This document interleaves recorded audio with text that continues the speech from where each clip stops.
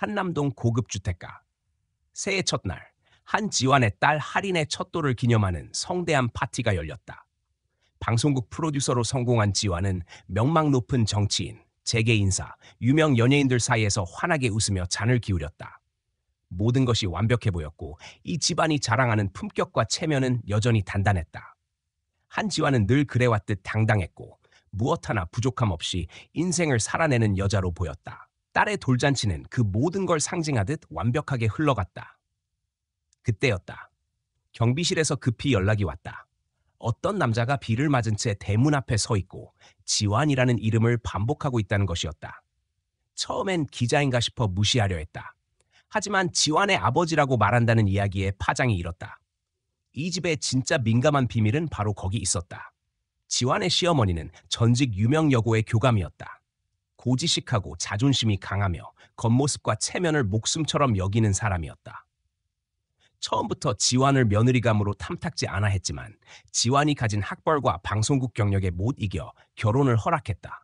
그러나 그 모든 허용은 지환이 자신의 과거를 숨긴다는 조건에서만 가능했다. 그 과거란 바로 아버지였다. 지환의 어머니는 지환이 대학교를 졸업하자마자 세상을 떠났고 아버지는 그보다 훨씬 전부터 자취를 감췄었다. 지환은 스스로 아버지 없는 사람이 되기로 했다. 대문 앞에 선 남자는 바로 그 아버지였다. 그는 낡은 점퍼에 젖은 비닐봉지를 들고 있었다. 파티장 안은 여전히 웃음소리와 건배 소리로 가득했지만 그 문 밖에는 긴 세월을 등지고 선 한 남자의 시간이 고요히 멈춰 있었다. 경비원이 시어머니에게 사실을 전하자 시어머니는 단호하게 말렸다. 그를 절대 들이지 말라고, 지금 이 자리에 선 그의 존재가 곧 불명예라고. 지환은 잠시 말을 잃었다. 남편은 상황을 이해하지 못했고 아이는 돌잡이를 기다리고 있었다. 지환은 본능적으로 무언가 잘못되어 가고 있다는 걸 알았지만 눈앞에 앉아있는 시어머니의 차가운 시선을 떠올리는 순간 입술을 꾹 다물었다. 그리고 그렇게 아무 말 없이 경비원에게 돌아서라고 손짓했다. 그 결정은 오래 걸리지 않았다. 그리고 너무 쉬웠다. 그날 밤 비는 좀처럼 그치지 않았다. 파티는 그대로 흘러갔고 할인은 돌잡이에서 실을 잡았다. 미래가 길고 건강하길 바라는 의미였다. 사람들은 웃고 사진을 찍고 SNS에 해시태그를 올렸다. 아무도 대문 밖에 있던 남자를 이야기하지 않았다. 다음 날 지환이 쓰레기통 옆에서 축축이 젖은 비닐봉투를 발견했을 때 그 안에서 발견한 건 이름이 삐뚤빼뚤하게 수놓인 분홍색 베개였다. 할인이라는 글자가 삐져나와 있었고 손바느질은 투박하고 거칠었다. 하지만 그건 분명 아이를 위한 선물이었다. 지환은 그제야 문득 깨달았다. 아이가 어제 파티에서 엄마가 주겠다고 약속한 할인이라는 이름이 적힌 선물. 그것이 그 남자의 손에 들려 있었던 것이다. 지환은 아무 말 없이 그 베개를 꺼냈다. 그 순간 무언가 가슴을 퍽 하고 쳤다. 그 사람은 아무 말 없이 떠났고 그가 남긴 건 단지 젖은 천조각 하나였지만 지환은 그 작은 물건이 내포하고 있는 감정의 깊이를 외면할 수 없었다. 시어머니는 여전히 그가 누군지도 묻지 않았다. 단지 정신 나간 거지들이 요즘 많다며 다시는 그런 일로 체면을 구기지 말라고 말했다. 남편 역시 별다른 반응이 없었다. 그는 회사에 제출할 PT 준비로 바빴고 지환의 표정에 담긴 동요를 읽을 여유조차 없었다. 세상은 바쁘게 돌아갔고 모두가 자기 일에 집중했다. 오직 지환만이 그 젖은 베개 하나로 혼란에 빠졌다. 그날 밤 지환은 딸이 잠든 후 조용히 옷장을 열어 오래된 앨범을 꺼냈다. 거기엔 어머니의 장례식 사진도 있었고 먼 옛날 가족 셋이 함께 웃고 있는 흐릿한 사진도 있었다. 그 가운데 늘 서툴게 웃던 남자의 얼굴이 있었다. 사진 속 그는 젊고 마르고 검었지만 어제 문 앞에 서 있던 남자와 똑같은 눈을 가지고 있었다. 지환은 아무 말 없이 사진을 뒤로 넘겼다. 다음 날 아침, 지환은 딸의 유치원 가방에 그 베개를 넣었다. 아이는 좋아하며 껴안았다. 아이는 모른다. 그 베개가 얼마나 긴 침묵과 외면의 시간을 뚫고 도착했는지를. 아이는 그냥 귀엽고 포근한 걸 좋아했을 뿐이다. 하지만 지환은 알고 있었다. 베개 하나가 얼마나 무거운 의미를 지닐 수 있는지를. 그날부터 지환의 하루는 똑같지 않았다. 그리고 그녀는 아직 깨닫지 못했다. 그것이 단지 시작일 뿐이라는 것을. 할인이 어린이집에 다녀온 날 가방 안에서 그 베개를 꺼내 들고 말했다. 엄마가 준 거라며 자랑스럽게 친구들에게 보여줬다는 이야기를 하며 해맑게 웃었다. 지완은 대답 대신 조용히 고개를 끄덕였다. 아이는 그저 포근하고 예쁜 게 좋았을 뿐이고 지완은 그 베개를 볼 때마다 마음 한구석이 조용히 울렁거렸다. 무엇보다 견딜 수 없었던 건 자신이 문을 열어주지 않았던 바로 그날이었다는 사실이었다. 그날은 아무리 생각해도 자신이 아닌 누군가의 애 선택을 따라갔던 날이었다. 시어머니는 여전히 별다른 말이 없었다. 손님들의 SNS 게시물을 모아 출력해 앨범을 만들며 흐뭇해했고 할인이 잡은 시를 보며 대기업 취업은 문제없겠다고 웃어넘겼다. 지완은 그 모습이 점점 답답하게 느껴졌다. 그날 대문 밖에 누가 서 있었는지, 왜 그런 일이 있었는지 아무도 묻지 않았다. 심지어 남편도 별다른 관심을 보이지 않았다. 오히려 새로운 프로젝트로 밤늦게까지 회사에 남아 바쁘다며 주말도 제대로 함께 보내지 못했다. 지완은 혼자 앉아있던 밤 식탁 위에 놓인 젖은 베개를 다시 펼쳐보았다. 바느질은 거칠고 실밥이 군데군데 풀려 있었지만 이름의 획 하나하나가 너무도 조심스러워 보였다. 익숙하지 않은 손길로 오랜 시간을 들여 만들었을 그 과정이 떠올랐다. 그 손길은 어디에 있을까? 지금쯤 어디에서 무엇을 하고 있을까? 비를 맞은 뒤 감기라도 걸리지 않았을까 하는 생각들이 연달아 몰려왔다. 그러나 어디에도 물을 곳이 없었다. 그제야 지완은 문득 오래전 어머니가 병원에서 퇴원하던 날을 떠올렸다. 병원비가 예상보다 적게 나왔다며 의아해했을 때 병원 측에서는 누군가가 이미 비용을 대신 처리했다고 했다. 그때는 친척 중 누군가일 거라 여겼고 그 이상 생각하지 않았다. 그런데 그 장면이 지금 갑자기 선명하게 떠오른 것이다. 지완은 어머니가 생전에 남긴 문서들을 꺼내 다시 살펴봤다. 이름 모를 사람의 서명이 적힌 퇴원 확인서, 뒷면에 조심스레 적힌 연필 글씨 하나가 눈에 들어왔다. 한우식, 비용 전액 선납, 보호자 아님, 한우식. 낯익은 이름이었다. 어디선가 들었던 기억이 있었고 결국 지완은 자신의 출생신고서를 다시 들춰보았다. 거기에 적힌 아버지란 이름도 한우식이었다. 그렇게 하나하나 맞춰지기 시작했다. 어머니는 평생 그 이름을 입에 올리지 않았고 지완 역시 궁금해하지 않았다. 하지만 그 이름은 조용히 그러나 분명하게 지완의 삶 여기저기에 새겨져 있었다. 이튿날 지완은 회사에서 편집 회의를 마치고 돌아오며 택시에 앉아 잠깐 눈을 감았다. 머릿속에선 계속해서 같은 생각이 맴돌았다. 왜 그는 그날 왔을까? 왜 하필 할인의 돌잔치였을까? 자신을 만나고 싶었다면 얼마든지 다른 날 찾아올 수도 있었을 텐데. 하지만 동시에 떠오른 건 그날 밤 대문 앞에서 홀로 서 있었던 그 사람의 모습이었다. 비닐봉지 하나를 꼭 쥐고 서 있던 사람. 결국 아무것도 받지 못하고 누구에게도 설명하지 못한 채 돌아섰을 사람. 지완은 자책했다. 그날 너무 쉽게 침묵을 택했다는 걸. 너무 쉽게 가족의 체면과 시선에 묶였다는 걸. 자신이 서 있던 자리가 얼마나 모래 위 같았는지를 그날이 지나고 나서야 알아차렸다. 지금껏 잘 살아왔다고 믿었지만 한 번도 자신만의 선택을 제대로 한 적이 없었다는 사실이 뼈아프게 다가왔다. 어머니를 모시던 마지막 몇 달 동안 지완은 늘 바빴다. 퇴근도 늦고 병원에도 간병인을 붙여드렸다. 어머니는 말기암이었고 결국 마지막 날에도 혼자였다. 그 외로움을 한우식이라는 사람이 채워줬다는 걸 이제서야 알게 된 것이다. 집으로 돌아와도 마음은 진정되지 않았다. 남편은 이미 잠들었고 시어머니는 별채에 들어가 문을 닫았다. 지완은 베란다 창밖을 바라보며 휴대폰을 들었다. 이름 하나를 검색했다. 한우식. 너무 평범한 이름이라 정보가 많지 않았다. 그러나 하나의 기사 링크가 눈에 들어왔다. 2008년 서울 근교에서 땅을 헐값에 넘겨 지역 아동센터가 설립될 수 있게 도운 무명의 기부자에 대한 짧은 기사. 한우식 씨는 인터뷰를 거절했으며 아이들이 따뜻한 밥을 먹는 모습을 보면 충분하다며 말을 아꼈다. 그 기사의 짧은 한 문장이 가슴 깊숙이 들어왔다. 말을 아꼈다. 그는 한 번도 자신을 드러내지 않았고 설명하지도 않았다. 그게 그의 방식이었다. 조용히 곁에 있다가 조용히 떠나는. 그래서 지완은 몰랐다. 그는 늘 가까이에 있었다는 것을. 다음 날 지완은 할인을 어린이집에 데려다주고 혼자 남았다. 그동안 바쁘다는 이유로 미뤄두었던 서랍장을 열어보았다.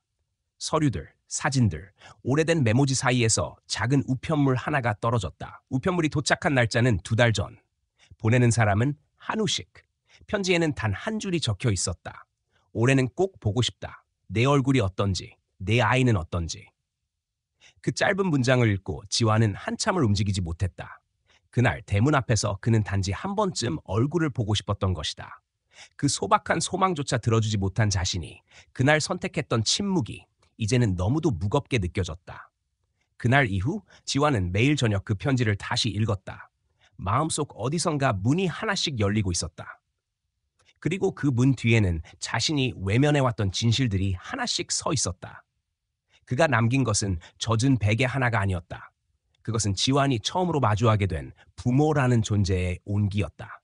며칠 후 지환은 사내 연례 전략 회의에 참석하게 되었다. 매년 초 열리는 이 회의는 방송국의 핵심 관계자들이 한자리에 모여 한 해의 콘텐츠 방향과 사업 전략을 논의하는 자리였다. 올해는 특별히 외부 전문가를 초청하여 윤리와 콘텐츠라는 주제로 강연이 준비되어 있었다. 초청 연사는 정혜윤 회장이었다. 미디어 업계에서 오랜 세월을 몸담으며 업계의 구조조정 위기 때도 직원들을 해고하지 않고 버텨낸 것으로 유명한 인물이었다. 정혜윤 회장이 단상에 올라 이야기를 시작했다. 그가 회사를 창립했던 해의 이야기부터 꺼냈다. 자금난으로 폐업 직전이었던 어느 날 뜻밖의 제안 하나가 들어왔다는 것이었다. 경기도 외곽의 낡은 창고 건물을 헐값에 매입할 수 있게 해주겠다는 연락이었다. 건물주가 돈이 급한 것도 아니었고 담보를 요구하지도 않았다고 했다. 단 하나의 조건이 있었다. 건물을 팔더라도 그 건물에서 아이들을 위한 공간이 만들어지기를 바란다는 것이었다. 정 회장은 그 제안을 받아들였고 그 덕분에 지금의 사옥이 세워질 수 있었다며 당시 사진을 화면에 띄웠다. 낡은 간판이 걸린 창고, 그리고 그 앞에 서 있는 한 남자의 뒷모습이 흐릿하게 담겨 있었다. 사진 밑에 적힌 이름은 한우식. 순간 지환의 심장이 내려앉았다. 회의실은 조용했고 사람들은 그 이름을 모르기에 그저 감동적인 일화 중 하나로 받아들이고 있었다. 하지만 지환은 숨이 막혔다. 정 회장은 말을 이었다. 그 남자는 계약서에 본인의 이름을 쓰는 것도 꺼려했고 사진을 찍는 것도 마다했으며 그저 누군가에게 작은 따뜻함이 된다면 된 것이라는 말만 남겼다고 했다. 지환은 손을 꼭 쥐고 숨을 참았다. 그 이름, 그 방식, 그 말투 모두 익숙했다. 자신이 외면했던 사람의 흔적이었다. 정 회장은 강연을 마치며 마지막으로 한마디를 덧붙였다. 그분이 아니었다면 지금 이 자리에서 여러분과 나누는 이야기는 없었을 겁니다. 나는 그분의 무명의 기부가 제 인생에서 가장 큰 선물이었습니다. 그 순간 지환의 눈앞이 아득해졌다. 정 회장이 존경과 감사의 마음으로 말하는 그 사람이 단지 자신의 집 대문 앞에서 멈춰 세웠던 수상한 남자였다는 사실이 믿기지 않았다. 세상은 그를 기억했고 누군가는 그를 평생의 스승처럼 여겼는데 정작 그의 딸인 자신은 단 한 번도 제대로 얼굴을 마주하지 못했다. 이름을 불러본 적도 그의 삶에 대해 궁금해한 적도 없었다. 회의가 끝나고 돌아오는 길, 지환은 무의식적으로 방송국 자료실로 향했다. 회의 중 언급된 아동센터와 관련된 과거 기록을 찾기 위해서였다. 오래된 자료들을 뒤적이던 중 2008년경의 지역 보도 프로그램 영상이 있었다. 화면에는 지역 아이들이 낡은 건물 앞에서 줄지어 간식을 나누어 받는 모습이 나왔고 그 옆에서 아이들의 이름을 하나씩 부르며 간식을 나누어주는 남자의 뒷모습이 담겨 있었다. 이름은 자막에 나오지 않았지만 영상 말미에는 제작진의 코멘트가 자막으로 떴다. 이분은 신분을 밝히길 거부하셨고 그저 아이들이 따뜻하게 지내는 게 좋다고 하셨습니다. 지금도 매주 새벽마다 이곳에 나와 아침 죽을 직접 끓이신다고 합니다. 지환은 비로소 깨달았다. 이 사람은 늘 무언가를 주고도 받은 척하지 않았고 도움을 주고도 얼굴을 숨겼다. 그래서 그가 한번 용기 내어 문을 두드렸을 때 지환은 그를 단순한 방문자로 착각할 수밖에 없었다. 그가 얼마나 큰 용기를 냈는지를 그제야 실감했다. 집으로 돌아와 할인이 잠든 밤, 지환은 서재 한 켠에 놓인 박스를 꺼냈다. 어머니가 돌아가신 후 정리하지 않고 둔 상자였다. 상자 속에는 지환이 학창 시절 쓴 일기장, 교과서, 그리고 어머니가 남긴 메모가 가득했다. 그중 오래된 수첩 하나가 눈에 띄었다. 수첩에는 빽빽한 손글씨로 병원 진료 일정, 약 복용 시간, 그리고 간병인 연락처가 적혀 있었다. 페이지 중간에 우식 씨 고마워요라는 짧은 문장이 있었다. 그리고 그 아래 할인이 태어나면 꼭 보여주세요라고 적힌 줄도 있었다. 지화는 그 문장을 보며 오래도록 가만히 앉아 있었다. 어머니는 이미 그를 용서했거나 최소한 받아들였던 것이다. 그리고 할인에게는 그를 보여주고 싶어 했다. 하지만 자신은 모든 가능성을 닫아버렸다. 체면이라는 이유로, 기준이라는 이름으로. 그날 이후 지화는 조용히 움직이기 시작했다. 그가 살아있는지, 어디에 머무는지 확인하고 싶었다. 아동센터, 노인복지센터, 무료급식소 등 그가 지나갔을 법한 곳을 수소문했고 그 과정에서 뜻밖의 이야기를 들었다. 몇 달 전까지도 한 노숙인 쉼터에서 자원봉사를 하던 남자가 있었는데 갑자기 발길을 끊었다는 것이다. 이름도 연락처도 남기지 않았다고 했다. 사람들은 늘 말없이 조용히 와서 죽을 끓이고 갔다고 말했다. 지화는 그 말을 듣고 가슴이 서늘해졌다. 혹시 이미 늦은 건 아닐까? 자신이 그 문을 열지 않았던 단 한 번의 선택으로 영영 다시는 마주할 수 없게 된 건 아닐까? 지화는 그렇게 점점 불안에 휩싸이기 시작했다. 이제는 꼭 그를 찾아야만 한다는 생각이 머릿속을 지배하고 있었다. 이번엔 다시는 외면하지 않기 위해. 몇 주 후 지화는 서울 외곽에 위치한 한 작은 요양병원으로 향했다. 자원봉사센터를 통해 수소문한 끝에 한우식이라는 이름이 입원 기록에 남아있다는 연락을 받았다. 병원은 작고 조용한 곳이었고 도심과는 먼 거리였다. 접수처의 간호사는 조심스럽게 말했다. 며칠 전에 돌아가셨어요. 암 말기였고 혼자 오셨어요. 보호자는 없었습니다. 지화는 말을 잇지 못했다. 그 짧은 문장이 마치 벽처럼 가슴 앞에 내려앉았다. 그는 끝내 아무에게도 기대지 않았고 아무도 곁에 없을 때 조용히 세상을 떠났다. 병원 기록엔 유언이나 연락처 하나 남기지 않았다. 다만 간병인에게 부탁했다는 한 문장만이 기록되어 있었다. 혹시라도 딸이 온다면 이 상자를 전해주세요. 병원 측에서 건네받은 상자 하나, 크지 않았지만 묵직했다. 지화는 병원 근처의 조용한 공원 벤치에 앉아 상자를 열었다. 가장 위에는 낡은 사진 한 장이 있었다. 어린 지환이 그의 무릎 위에 앉아있는 사진이었다. 그 아래로는 손편지 여러 장이 있었다. 편지는 한 글자 한 글자 또박또박 적혀 있었고 날짜가 매년 새해 첫날로 적혀 있었다. 보내지 못한 편지들이었다. 첫 돌, 초등학교 입학, 대학 합격, 방송국 첫 출근? 모든 인생의 순간마다 그는 어딘가에서 편지를 쓰고 있었던 것이다. 지환은 편지를 한 장씩 읽어 내려갔다. 지환아, 오늘 너의 첫 방송을 봤단다. 멋지더라. 할인이란 예쁜 손녀가 생겼다 들었다. 축하한다. 나중에 얼굴 한 번만 볼 수 있으면 좋겠다. 그 모든 편지는 한 번도 도착하지 않았지만 매년 같은 마음으로 반복되고 있었다. 한우식이라는 이름의 사랑은 조용했고 일방적이었으며 누구에게도 강요되지 않았지만 결코 끊기지 않았다. 그날 밤 지화는 거의 한숨도 자지 못했다. 그 사람은 단 한 번 할인의 돌잔치 날 문을 두드렸고 자신은 아무런 질문도 없이 외면했다. 그가 병에 걸렸다는 사실조차 몰랐고 그가 그렇게 가까운 곳에 있었다는 것도 몰랐다. 더는 돌이킬 수 없는 일이 되어버린 지금 지화는 처음으로 자신이 한 인간으로서 너무나 큰 실수를 저질렀다는 것을 절실히 깨달았다. 며칠 뒤 병원 측의 안내로 작은 납골당을 찾았다. 그곳에 한우식이라는 이름이 새겨진 작은 명패가 있었다. 검소하고 장식 없는 봉화남. 그의 유해는 병원에서 처리한 기초 장례를 통해 이곳에 모셔졌다고 했다. 아무도 오지 않았던 장례식, 꽃도 조문도 없던 그 자리. 지화는 그 앞에 앉아 오래도록 아무 말도 하지 못했다. 그 순간 병원에서 받은 편지들 중 하나가 떠올랐다. 마지막 편지였다. 유언장 같은 문구는 없었지만 그 편지에는 단 한 문장만 적혀 있었다. 보고 싶다. 하지만 강요하진 않을게. 그냥 잘 살아줘. 그는 끝까지 자신을 미워하지도 탓하지도 않았다. 지화는 그 편지를 가슴에 꼭 안고 눈을 감았다. 세상이 온통 조용한 밤이었다. 그날 이후 지화는 회사에 나가서도 예전처럼 말이 많지 않았다. 회의에서도 조용히 의견을 듣고 프로젝트 회의 후에도 혼자 사무실에 남아 오래도록 작업 화면을 바라보곤 했다. 팀원들은 그녀의 변화를 눈치채면서도 말하지 않았다. 그리고 어느 날 콘텐츠 전략회의 자리에서 지화는 조용히 손을 들었다. 새로운 프로그램을 하나 기획해 보려고 합니다. 주제는 뿌리입니다. 우리가 잊고 지내는 가족, 외면하고 싶은 관계들, 다시 돌아보는 이야기로 만들어 보고 싶어요. 아무도 반대하지 않았다. 그 자리에서 지완이 처음 보여준 기획안에는 노년층 자원봉사자, 버려진 편지들, 오래된 사진 한 장 등이 담겨 있었다. 그 속에는 지완 자신도 한우식도 있었지만 누구도 알아차릴 수 없게 조심스럽게 섞여 있었다. 그 프로그램은 방송국 내부 파일명으로 레터 프로젝트라 불렸다. 그리고 촬영 준비가 진행되는 내내 지완은 한우식이 살아생전 머물렀던 공간들을 조용히 찾아다녔다.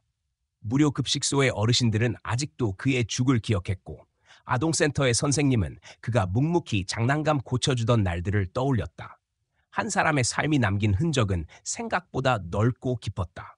그리고 그 흔적들은 지완의 마음을 더 단단하게 만들었다. 방송 촬영이 마무리되던 날, 지완은 제작진과 마지막 편집을 점검하며 눈을 감고 화면을 바라봤다. 영상의 마지막 장면, 흐릿한 사진 한 장이 서서히 화면에 떠올랐다. 할인이 받은 분홍색 베개, 이름이 삐뚤빼뚤 수놓인 그 베개를 천천히 껴안고 자는 아이의 모습. 그 위로 자막 하나가 올라왔다. 가족은 완벽해서 지켜지는 것이 아니라 외면하지 않아서 지켜지는 것입니다. 그날 밤 방송은 조용히 방영되었다. 높은 시청률도 화려한 후속 기사도 없었다. 하지만 몇몇 시청자 게시판에 남겨진 짧은 댓글들이 있었다. 편지를 다시 꺼내 읽어보았습니다. 아버지를 떠올렸어요. 이번 주말에 고향에 가려 합니다. 지완은 그 글들을 하나하나 읽으며 작게 웃었다. 그가 살아온 방식대로 조용히 세상과 연결되는 느낌이었다. 그리고 문득 한우식이라는 이름을 머릿속에서 다시 떠올리며 지완은 생각했다. 아빠, 저도 이제 당신처럼 살아보려 해요. 말은 아껴도 마음은 닿도록. 그렇게 지완의 새로운 계절이 시작되고 있었다. 레터 프로젝트가 방송된 지 일주일 뒤 지완은 혼자 양재동에 있는 작은 문서 보관소를 찾았다. 아버지가 생전에 기부자로 등록되어 있었다는 정보를 들었고 혹시 남겨진 기록이 있을까 싶어 조용히 방문한 것이었다.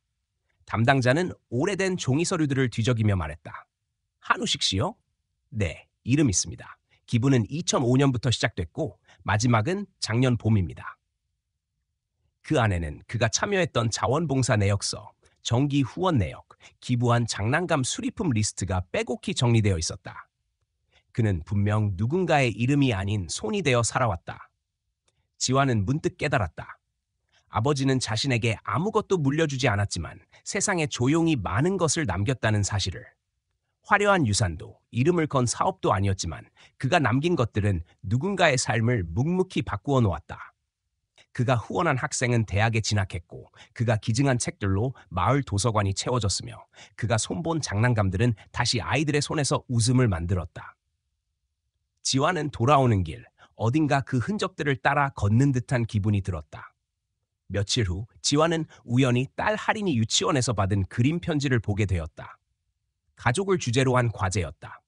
할인은 종이에 엄마, 아빠, 자기 얼굴을 그려 넣었고 오른쪽 끝에는 작고 흐릿한 사람 하나를 그려 넣었다.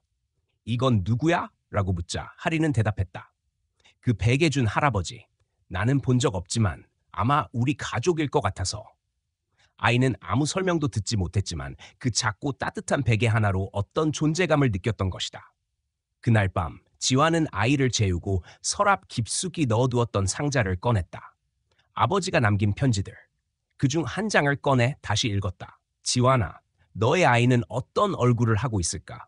나를 모른 채 자라더라도 괜찮아. 다만 따뜻한 사람으로 자랐으면 좋겠다. 내가 줄 수 있는 건 그 바람뿐이야. 지완은 그 문장을 수없이 반복해서 읽었다.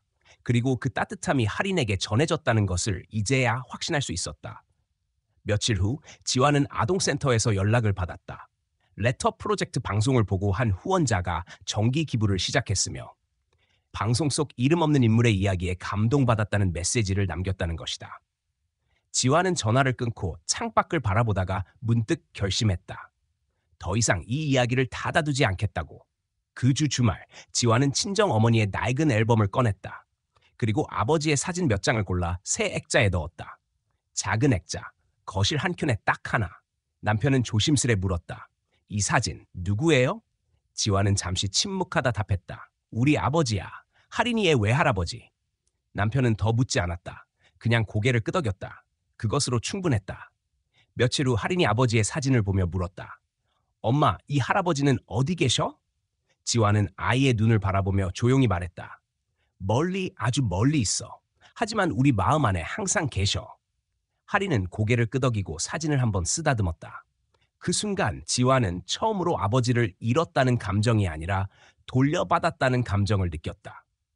시간이 조금 더 흘러 지화는 방송국에서 새로운 다큐멘터리 시리즈를 준비하게 되었다. 사회복지 시스템의 그늘, 이름 없는 이들의 삶을 조명하는 프로젝트였다. 그녀는 기획안 맨 앞장에 한 문장을 적었다. 이 세상에는 조용히 살아낸 사람들의 이야기들이 있다. 그 이야기들이야말로 우리가 잊지 말아야 할 진짜 역사다. 제작진은 그 문장을 읽고 깊게 고개를 끄덕였다. 그 다큐멘터리는 방영 후 큰 반향을 일으켰고 지화는 기자회견에서 한 가지 질문을 받았다. 이 시리즈를 기획하게 된 계기는 무엇인가요? 그녀는 짧게 대답했다. 한 사람이 조용히 살다 간 이야기를 알게 되었고 그 이야기가 제 인생을 바꾸었습니다. 그 이상 어떤 설명도 필요하지 않았다. 그날 저녁 지화는 집에 돌아와 딸과 함께 저녁을 먹었다. 할인은 자신의 유치원에서 있었던 일을 쉴 새 없이 이야기했고 남편은 웃으며 그 이야기를 들었다. 식탁 한켠에 놓인 아버지의 액자는 그 조용한 웃음 속에서 은은히 빛나고 있었다. 그리고 지화는 속으로 중얼거렸다. 아버지, 당신은 사라진 것이 아니라 이제 우리 안에 살아 계십니다. 조용하지만 분명히. 그렇게 그날 밤 지환의 마음 한구석에서 무너졌던 무언가가 처음으로 다시 세워지기 시작했다. 봄이 오기 전 지환은 결국 결심을 했다. 시어머니와의 동거를 정리하고 가족만의 공간에서 다시 시작하기로. 남편은 처음엔 놀랐지만 지환의 말에 끝까지 반대하지 않았다. 그 역시 마음속에 켜켜이 쌓여있던 불편함과 갈등을 알고 있었기 때문이다. 하리는 유치원 친구들과 멀어질까 걱정했지만 지화는 하루하루 아이와 함께 새로운 동네를 둘러보며 서서히 익숙해지게 만들었다. 이사한 집은 큰 아파트도 아니었고 고급 빌라도 아니었지만 창문이 넓고 오후 햇살이 잘 들어오는 따뜻한 공간이었다. 시어머니는 당연히 반가워하지 않았다. 결혼하고 나서 여태껏 내가 너희를 어떻게 보살폈는데 이제 와서 따로 나가겠다니? 며느리가 할 짓이냐? 는 말도 들었고 내가 요즘 방송 나가고 나서 변했다고도 했다. 지화는 그 모든 말을 조용히 듣기만 했다. 그동안은 할 말이 있어도 삼켰고 불편해도 모른 척하며 참아왔다. 하지만 지금은 달랐다. 싸우거나 맞서기 위한 결정이 아니었다. 서로를 지키기 위한 거리두기였다. 남편은 어느 날 밤 조심스레 물었다. 지금이라도 어머니께 다시 말씀드릴까? 지화는 고개를 저었다. 괜찮아. 우리가 바라는 건 따로 떨어져 사는 게 아니라 더 이상 상처받지 않고 사는 거니까. 그 대화 이후 남편은 더 이상 말하지 않았다. 그리고 그날부터 그는 매일 출근 전에 쓰레기를 버리고 주말마다 청소기를 돌리며 묵묵히 행동으로 자신의 선택을 보여주었다. 이삿짐을 정리하던 날 지화는 오래된 상자 하나를 열었다. 그 안에는 어릴 적 쓰던 공책들과 함께 아버지의 손글씨가 적힌 종이 한 장이 있었다. 살면서 가장 큰 후회는 그때 네가 울던 걸 안아주지 못했던 거다. 언젠가는 말없이 내 손을 잡고 싶다. 그 문장을 보고 나서 지화는 문득 마음이 복잡해졌다. 자신도 할인에게 그런 부모가 되고 싶지 않았다. 마음은 있는데 표현하지 못하고 가까이 있지만 멀게 느껴지는 그런 부모 말이다. 이삿짐을 정리한 지 일주일쯤 지나 할인은 새 집에 조금씩 적응해갔다. 근처 놀이터에서 새로운 친구를 사귀었고 유치원도 무리 없이 잘 다녔다. 저녁에는 가족 셋이 식탁에 둘러앉아 하루 있었던 일을 이야기했다. 지화는 매일 그 시간을 기다렸다. 가족이 함께 있는 평범한 저녁이 이토록 소중하게 느껴질 줄은 몰랐다. 그러던 어느 날 시어머니에게 전화가 왔다. 평소와는 달리 목소리가 차분했다. 이번 주 토요일 아버지 제사니까 올 수 있겠니? 지화는 한참을 망설이다가 갈게요 라고 짧게 대답했다. 남편도 조용히 고개를 끄덕였다. 제삿날 아침 지화는 할인의 머리를 묶어주며 말했다. 오늘은 할아버지 댁에 가는 날이야. 엄마도 어릴 적엔 그 집에서 컸단다. 아이는 고개를 끄덕이며 가방을 들었다. 시댁에 도착했을 때 시어머니는 여전히 익숙한 표정으로 반겼다. 하지만 눈빛 어딘가에 조금은 다른 결이 느껴졌다. 식탁에는 전이 가지런히 놓여 있었고 제사상은 이미 거의 다 차려져 있었다. 하리는 방 안에 앉아 그림책을 보았고 지화는 주방에서 시어머니를 도왔다. 별다른 대화는 없었지만 분위기는 전보다 훨씬 부드러웠다. 식사를 마치고 돌아가려던 참에 시어머니가 문 앞까지 배웅을 나왔다. 그리고 작은 상자를 하나 건넸다. 이건 너희 집에 놓아도 되겠지? 아이가 좋아할 거야. 상자 안에는 할인이 어릴 적 사용하던 장난감이 깨끗이 닦여 있었고 그 위에 작은 인형 옷이 얹혀 있었다. 지화는 놀랐지만 감사하다고 말한 뒤 조용히 상자를 받았다. 그날 밤 지화는 남편에게 말했다. 어머니가 바뀐 건 아닐지 몰라도 적어도 우리를 향한 마음이 조금은 열렸어. 남편은 웃으며 말했다.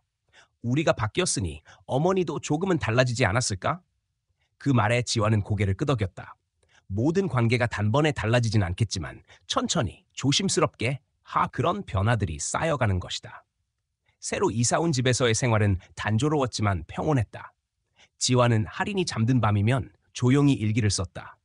아버지에 대한 생각, 시어머니에 대한 감정, 가족을 지켜가는 마음을 한 줄 한 줄 기록했다.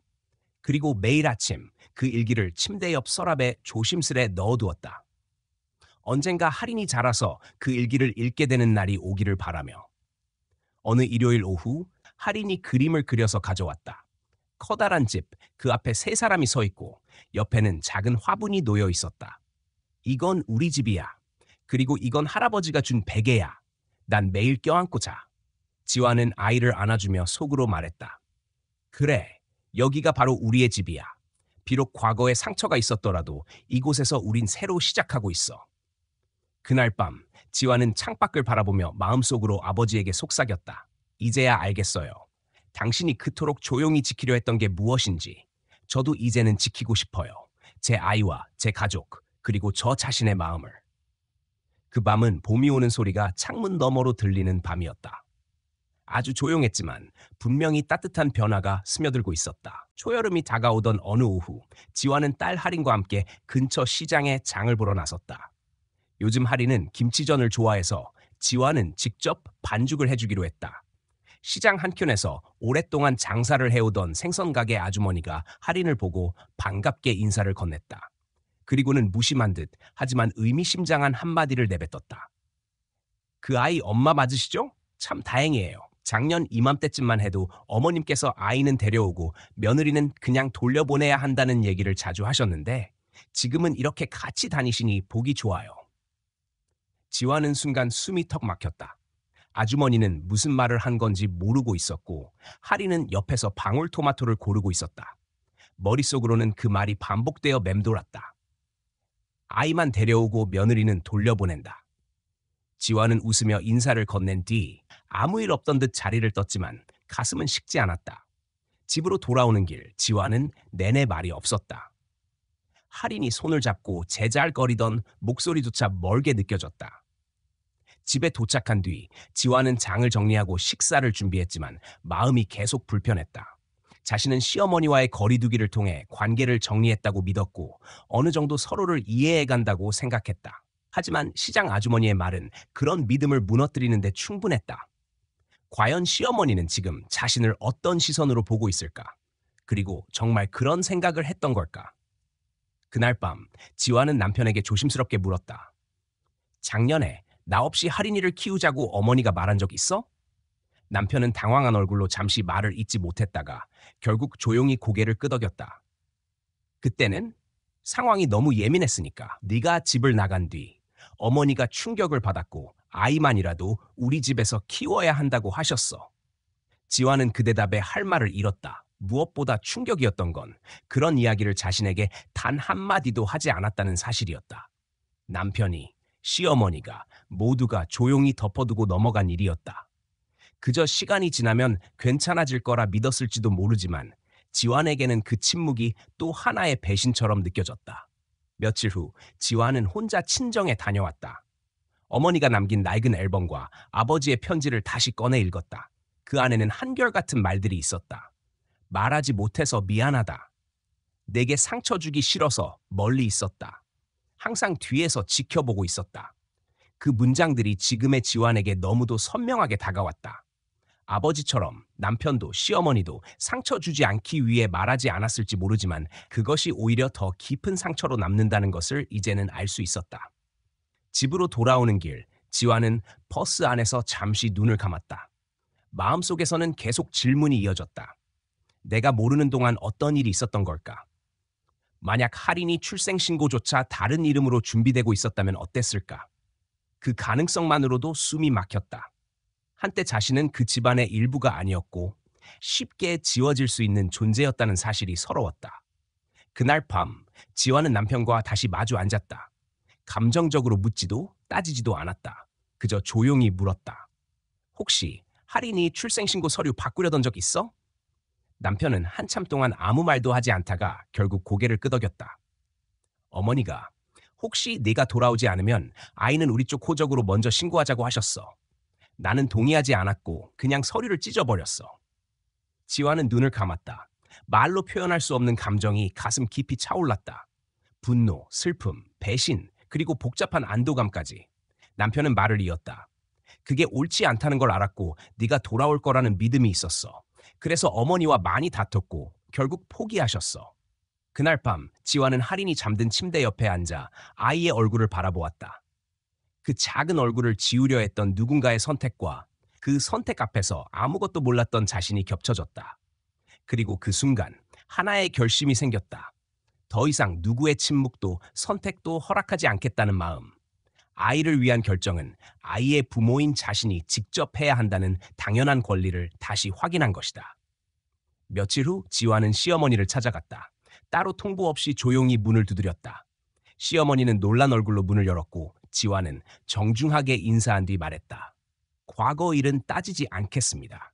하지만 앞으로 할인이와 관련된 모든 일은 저와 남편이 결정할 겁니다. 어머니의 의견은 들을 수 있지만 결정은 저희가 하겠습니다. 시어머니는 아무 말도 하지 않았다. 다만 처음으로 지완의 눈을 피하지 않았다. 그날 저녁 지완은 일기장에 한 문장을 적었다. 사랑한다는 이유로 침묵하거나 배려라는 이름으로 숨기는 시대는 끝났다. 나는 말할 것이다. 내가 지켜야 할 것을 내 방식으로 지켜낼 것이다. 그리고 그 문장을 덮으며 지완은 알 수 있었다. 자신이 더 이상 누군가의 딸이기만 한 존재가 아니라는 것을. 이제는 한 아이의 엄마로서, 한 사람의 아내로서, 또 한 명의 인간으로서 진짜 목소리를 내야 할 시간이라는 것을. 늦여름, 지완은 다시 친정 근처를 찾았다. 그동안은 편지로만 안부를 전해왔지만 이번에는 직접 얼굴을 마주할 시간이 필요했다. 아이와 함께 떠난다는 말도 없이 가방 하나만 챙겨 나온 그날을 떠올리며 지완은 담담한 마음으로 골목 끝 작은 집에 초인종을 눌렀다. 문을 연 건 어머니가 아닌 장인 어른이었다. 그는 잠시 말이 없더니 천천히 문을 열어주었다. 거실에 들어서자 조용한 공기가 흐르고 있었다. 아이가 조용히 장난감을 꺼내며 구석에 앉았고 지완은 부모님 앞에 앉아 조용히 고개를 숙였다. 그동안 감사했습니다. 그리고 죄송했어요. 말도 없이 떠났던 것도 버티지 못했던 것도. 장모는 긴 침묵 끝에 말했다. 사과할 사람은 너희가 아니라 우리도 마찬가지야. 우리도 몰랐어. 네가 그렇게 외로웠다는 걸. 그날 밤 세 사람은 처음으로 서로를 이해하려는 대화를 나눴다. 장인은 술 한 잔을 기울이며 말했다. 그 사람이 살아있었다면 아마 손녀 얼굴 한 번만 봐도 됐을 거야. 그런 사람이라 너무 조용했지. 지완은 아버지를 떠올렸다. 정말 그랬다. 자신을 사랑했지만 한 번도 그 사랑을 강요한 적 없던 사람. 조용히 베개 하나만 남기고 떠났던 아버지. 며칠 후 지완은 서울로 돌아와 남편과 함께 새 아파트를 계약했다. 이번엔 처음부터 끝까지 함께 상의했고 위치, 구조, 채광까지 꼼꼼히 확인했다. 그리고 이사 당일 할인이 고사리 손으로 벽에 첫 그림을 붙이며 말했다. 여기서 이제 진짜 가족처럼 살자. 남편과 지완은 눈을 마주보고 웃었다. 처음으로 함께 결정한 보금자리에서의 시작이었다. 가을이 깊어질 무렵 시어머니가 먼저 연락해왔다. 조심스레 안부를 물었고 지완은 아이와 함께 주말에 찾아가겠다고 했다. 시어머니는 말은 없었지만 전화를 끊기 전 짧게 고맙다고 말했다. 그 말 하나로도 많은 것들이 움직였음을 지완은 알 수 있었다. 그 주 일요일 세 사람은 함께 시댁을 찾았다. 시어머니는 아이를 보자마자 안아주었고 남편은 말없이 음식을 나르며 분위기를 이끌었다. 지화는 주방 한켠에서 전을 부치며 시어머니의 눈치를 살폈다. 그러자 시어머니가 말했다. 그날 시장에서 내 얘기를 들었을 때 나도 부끄러웠다. 그 말이 사실이었다는 게 아니라 그런 말이 나올 정도로 내가 냉정했다는 게. 지화는 말없이 고개를 끄덕였다. 시어머니는 이어서 말했다. 이제는 내가 우리 집에 오지 않아도 내 손주가 건강하게 크는 걸 보면 그걸로 됐다. 내 방식대로 잘 살고 있으니 나도 내 방식대로 조금씩 배워볼게. 지화는 그 말에 따뜻한 무언가가 올라오는 걸 느꼈다. 시간이 들었지만 서로가 조금씩 마음을 내어놓기 시작했다는 증거였다. 그날 저녁 세 사람은 작은 거실에서 할인의 그림일기를 함께 읽었다. 나는 가족이 좋아요. 엄마, 아빠, 나, 그리고 할머니, 할아버지. 우리 집은 따뜻해요. 단순한 문장이었지만 그 안에는 지환이 지키고자 했던 모든 것이 담겨 있었다. 겨울이 오기 전 지환은 방송국 내부 회의에서 새로운 프로젝트를 제안했다. 보이지 않는 가족이라는 제목의 다큐멘터리 시리즈였다. 겉으론 평범해 보이지만 속 깊이 균열과 회복의 과정을 겪은 사람들의 이야기.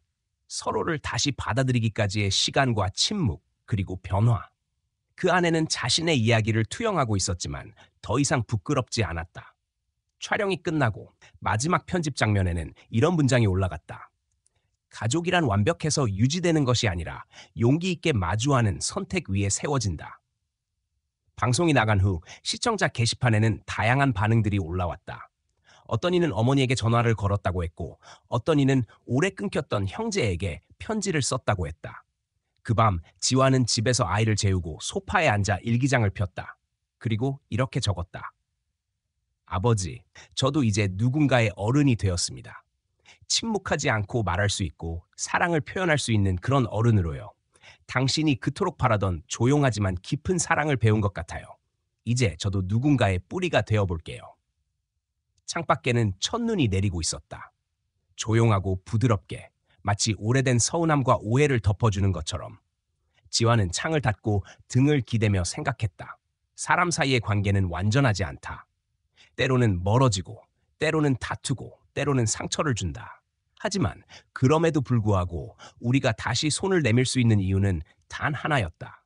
누군가는 기다려 주었기 때문이다. 누군가는 떠나지 않았기 때문이다. 그리고 누군가는 끝까지 사랑했기 때문이다. 오늘 이야기 끝까지 함께 해주신 여러분 진심으로 감사드립니다. 바쁘신 일상 속에서 잠시 시간을 내어 한 사람의 인생 이야기 그리고 그 안에 담긴 감정과 깨달음을 함께 나눠주셔서 더욱 뜻깊은 시간이었습니다.